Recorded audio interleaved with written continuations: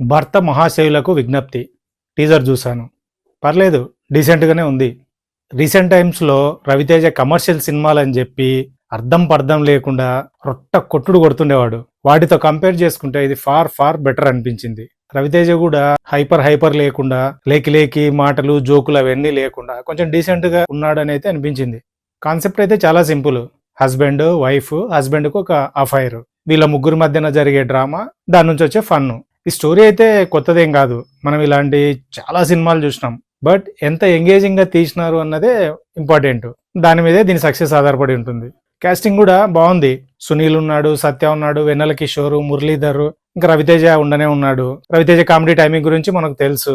Teaser లో కూడా affair గురించి ఎక్స్ప్లెయిన్ చేసే టైంలో ఆ కురిసింది వాన ఈ సాంగ్ కూడా బాగుంది.